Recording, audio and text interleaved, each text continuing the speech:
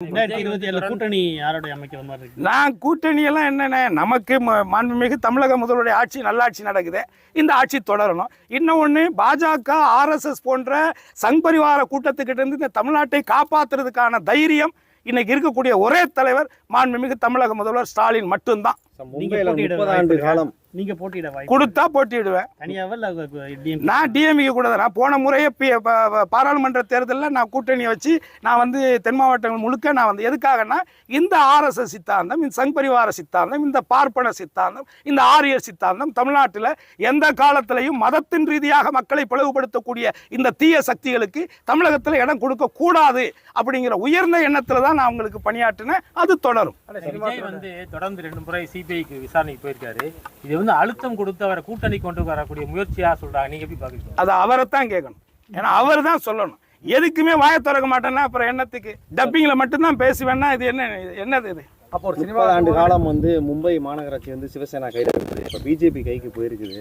திருவனந்தபுரத்துக்கு அப்புறம் அது ரொம்ப பெருசாக பார்க்கப்படுது. அது எப்படி இல்லை, உங்களுக்கு பிரித்தாளும் சூழ்ச்சிங்கிறதானே பாஜகனுடைய செயல் திட்டமே. ஆர்எஸ்எஸ் உடைய சித்தாந்தம் என்ன?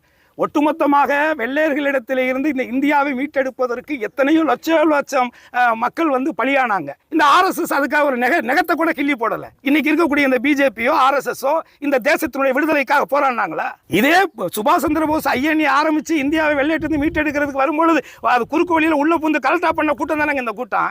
இல்லைன்னு சொல்ல முடியுமா? சவர்கர் என்ன பண்ணாரு? என்ன தியாகம் பண்ணார் இந்த மண்ணுக்காக? மன்னிப்பு கடிதம் எழுத்து கொடுத்தவர் தானே அவரு.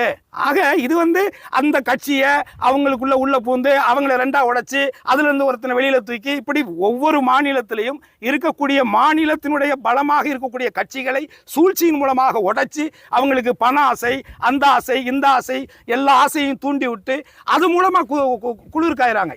இங்க பாருங்க, நாங்கெல்லாம் நம்ம குறிப்பா தமிழ்நாட்டில் நாங்க மூவேந்தர்களே பார்த்தவங்க. மூவேந்தர்கள் ஆட்சிக்கு கீழெல்லாம் நாங்க வாழ்ந்திருக்கிறோம். நாங்க ஒன்றும் சாதாரண ஆளுங்க கிடையாது. நீ என்ன தில்லாலங்கடி போட்டாலும் உங்க செல்ஃபு இங்க எடுபடும்.